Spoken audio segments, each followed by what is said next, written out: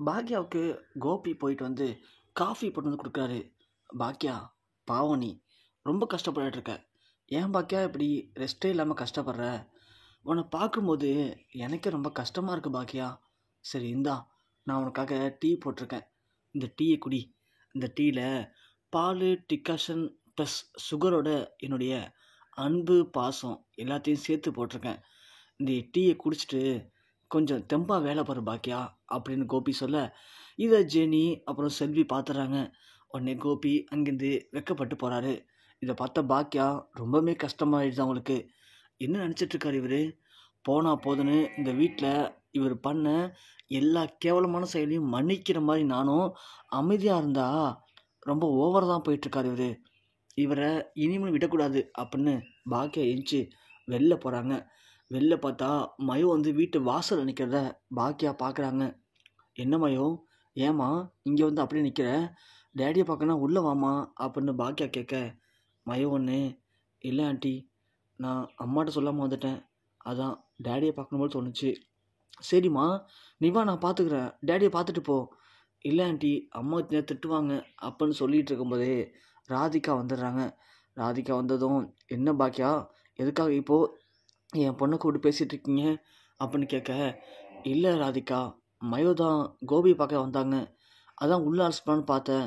பரவாயில்ல பாக்கியா, நீங்கள் ரொம்ப நல்லவங்க மாதிரி நடிக்காதீங்க, என் குழந்தைய நான் பார்த்துக்கிறேன். மயோ, இனிமேல் அம்மாவை கேட்காம நீங்கள் வரக்கூடாது, புரியுதா? வா முதல்ல அப்படின்னு ராதிகா மயோ அழைச்சிட்டு போயிடறாங்க. இதில் கொந்தளிச்ச பாக்கியா நேராக உள்ளே வராங்க. உள்ளே வந்தோடனே, கோபி, உங்களுக்கு நான் எத்தனை வாட்டி தான் சொல்கிறது? உங்களுக்கு ஒரு வாட்டி சொன்னால் புரியாதா? உங்களுக்கு உடம்பு சரியில்லைன்னு ஒரு வாரம் டைம் கொடுத்தேன், உடம்பு தான் சரியாயிடுச்சுல, அப்புறம் கிளம்ப வேண்டியதானே? அதை விட்டுட்டு என்னமோ பிக்னிக் வந்த மாதிரி இங்கேயே இருக்கீங்க. உங்களுக்கு சொன்னால் புரியுமா புரியாதா கோபி அப்படின்னு கேட்க, ஈஸ்வரி ஒன்றே, என்ன பாக்கியா, என்ன நினச்சிட்ருக்க? நான் இருக்கும்போதே வார்த்தை இப்படி போகுது, என்ன பாக்கியா அப்படின்னு கேட்க, அத்தை நீங்கள் ஃபஸ்ட்டு நிப்பாட்டுங்க அத்தை, நான் தான் பல வாட்டி சொல்லிட்டேன்ல, இவர் இனிமேல் இங்கே இருக்கக்கூடாது, இது என்னுடைய வீடு, நான் தான் முடிவு பண்ணுவேன். அவர் மட்டும் இப்போது இங்கேருந்து போகாமல் இருந்தால் நான் போய் போலீஸில் கம்ப்ளைண்ட் கொடுத்துருவேன். இது மாதிரி எங்கள் வீட்டுக்கும் எனக்கும் சம்மந்தமே இல்லாத ஒரு 3வது ஆள் வந்து என் வீட்டில் உட்காந்துருக்கான் அப்படின்னு சொல்லி கம்ப்ளைண்ட் கொடுத்துருவாத்த அப்படின்னு சொல்ல, என்ன பாக்கியா, என்ன நினச்சிட்ருக்க நீ, என்ன நினச்சதெல்லாம் பேசிகிட்டு இருக்க அப்படின்னு கேட்க, பாக்கியா சொல்கிறாங்க, ஏன்த்த என்ன பண்ணணும்? என்ன உங்கள் புள்ள மேலே புதுசாக பாசம் வந்திருக்கா? ஏன் உங்கள் புள்ள அன்னைக்கு இன்னொரு பொண்ணு தான் முக்கியம்னு சொல்லிட்டு என்னையும் என் 3 குழந்தைகளையும் அனாதையாக விட்டுட்டு போனாரே, அது மாதிரி ஒருவேளை நான் வேறு யாராவது முக்கியம்னு சொல்லி விட்டுட்டு போயிட்டு இப்படி வந்தால் ஏற்றுருப்பீங்களா நீங்கள்? சொல்லுங்க அத்தை, ஏற்றுருப்பீங்களா? முடியாதுல்ல. ஏன் அன்னைக்கு உங்கள் புள்ள விட்டுட்டு போயிட்டு உங்கள் புள்ள வந்து இனிமேல் என் புள்ளையே கிடையாது, என் புருஷனுக்கு சடங்கு செய்யக்கூடாதுன்னு சொல்லி அவ்வளோ பிரச்சனை பண்ணி தடுத்தீங்களே, அன்னைக்கெல்லாம் உங்கள் புள்ளை உங்களுக்கு பிடிக்காது தானே? அப்போ மட்டும் பிடிக்காத புள்ள இப்போ எப்படி பிடிக்க வந்துச்சு? இப்போது உங்கள் புள்ளையை பார்த்தோன்னே நான் உங்களுக்கு பிடிக்காத மாதிரி ஆகிட்டேனா?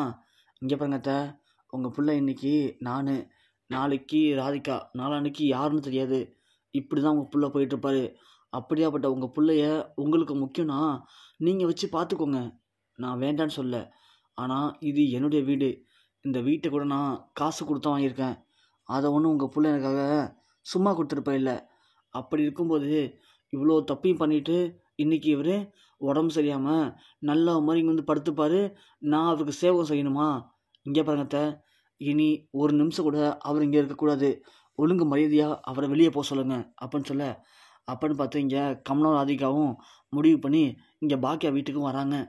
வந்த உடனே ராதிகா சொல்கிறாங்க, பாக்கியா ரொம்ப அழகாக நடிக்கிறீங்க பாக்கியா, பரவாயில்ல, எல்லார் முன்னாடியும் ரொம்ப அழகாக நடிக்கிறீங்க, நீங்கள் நடித்த வரைக்கும் போதும், அவரை இப்போ எங்கே அனுப்ப போகிறீங்க நீங்கள் அப்படின்னு கேட்க, ராதிகா சும்மா நடிக்கிறேன்னு சொல்கிறீங்க ராதிகா, என்னை பொறுத்த வரைக்கும் இவர் மேலே எனக்கு எந்த ஒரு அக்கறையும் கிடையாது, அன்பும் கிடையாது, இவர் எங்கே இருந்தால் எனக்கு என்ன, அவருக்கு இப்போது உடம்பு சரியாயிடுச்சான், அதனால் உங்கள் வீட்டுக்கு தான் இப்போ அனுப்ப போகிறேன், இனிமேல் நீங்களே அவரை வச்சு பார்த்துக்கோங்க அப்படின்னு சொல்ல, ஓ அப்படியா பாக்கியா, இது நான் புது கதையா, எப்படி ஒரு வாரம் என் வீட்டில் ஒரு வாரம் உங்கள் வீட்டில் அப்படி கொண்டு போகிறீங்களா?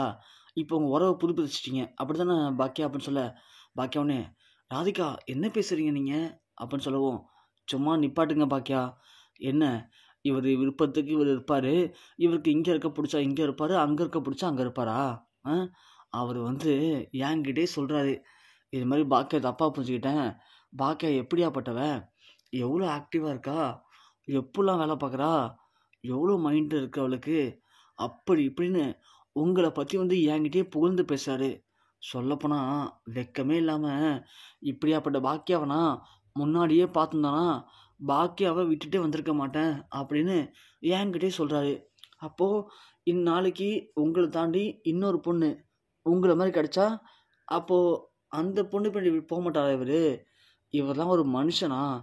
என் பொண்ணு இவரை டேடி டேடின்னு எவ்வளோ அன்பாக பாசமாக கூப்பிட்டுருக்கா. ஆனால் அவளை பார்க்கணுன்னு கொஞ்சம் கூட தோணல இந்த ஆளுக்கு. ஆனால் என் பொண்ணு டேடியை பார்க்கணுன்னு இந்த வீட்டு வாசல் வரைக்கும் வந்துட்டு போயிருக்கா. இதெல்லாம் எதுவுமே தெரியாமல் எனக்கு என்னன்னு செல்ஃபிஷாக இப்போ கூட இங்கே தன் அம்மா தான் முக்கியம், தன்னுடைய முதல் மனைவி தான் முக்கியம்னு உட்காந்துருக்காரு. இப்படியாப்பட்ட ஆளுங்க கூட வாழ்கிறதுக்கு நான் என் குழந்தைய நான் சம்பாதிக்க பணத்தை வச்சு பிரின்சஸ் மாதிரி என்னாலே வளர்த்துக்க முடியும். இனிமேல் இப்படியாப்பட்ட ஒரு கேவலமான மனுஷன் எனக்கு தேவையில்லை அப்படின்னு சொல்ல இங்கே ஈஸ்வரனே, ஏய் ராதிகா, என்னடி என்ன எங்கள் வீட்டில் வந்து என் பையனை பற்றி ரொம்ப ஓடா பேசிகிட்டு இருக்க, யார் பொண்ணு, யாருக்கு பிறந்தவன், யாருக்கு பொண்ணு அப்படின்னு ஈஸ்வரி கேட்க, ராதிகாவுன்னு இங்கே பாருங்கள், போதும் நிப்பாட்டிங்க, இதுக்கு மேலே இதை பேசலாம், இனிமே என்னால் அவர் கூட சேர்ந்து வாழ முடியாது, நான் அவருக்கு டிவோர்ஸ் கொடுக்கலான்னு முடிவு பண்ணிட்டேன். உங்கள் பையன் தானே சொல்கிறீங்க, உங்கள் பையனை நீங்களே பார்த்துக்கோங்க, எனக்கு தேவையில்ல அப்படின்னு ராதிகா அங்கேருந்து கிளம்பிடுறாங்க.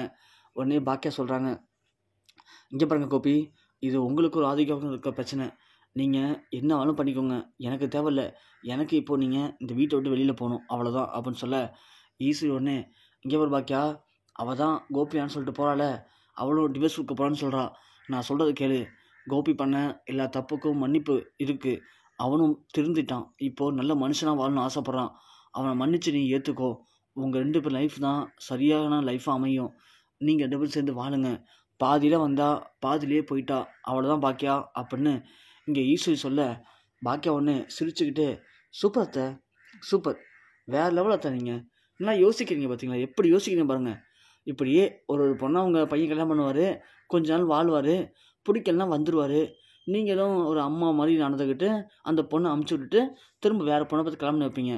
அத்தை, இதுக்கு பேர் அம்மா பையன் உறவு நினைக்கிறீங்களா? சொன்னால் அசிங்கமாக படத்தை, இதோட வாயை முடிக்குங்க. நான் திரும்பவும் சொல்கிறேன், இன்றைக்கி ஒரு நாள் தான் டைம், நான் இப்போ ரெஸ்டாரண்ட்டுக்கு போகிறேன், திரும்பி வரும்போது இவர் இந்த வீட்டில் இருக்கக்கூடாது, அப்படி மீறி இருந்தார் அப்படின்னா நேராக போய் ஏற்கனவே என் ரெஸ்டாரண்ட்டை என்ன பழி வாங்க நினச்ச இந்த மிஸ்டர் கோபிநாத் என்னுடைய வீட்டில் வந்து இப்போ பிரச்சனை பண்ணிகிட்ருக்காரு அப்படின்னு சொல்லி அவர் மேலே கம்ப்ளைண்ட் கொடுத்தானா ஏற்கனவே கொடுத்த கேஸுக்கு இருக்கிற ஜாமீனை கேன்சல் பண்ணிவிட்டு அவரை உடனே வந்து அரெஸ்ட் பண்ணிட்டு போயிடுவாங்க. உங்கள் பையன் ஒழுங்காக வெளியில் இருக்கணும்னு நீங்கள் ஆசைப்பட்டீங்க அப்படின்னா உங்கள் பையனை நான் வரத்துக்குள்ளே இங்கேருந்து அழைச்சிட்டு வெளியில் கொண்டு போய் விட்ருங்க, இல்லைனா நான் கண்டிப்பாக ஈவினிங் வரும்போது போலீஸோடு தான் வருவேன் அப்படின்னு பாக்கியா கிளம்பிடுறாங்க.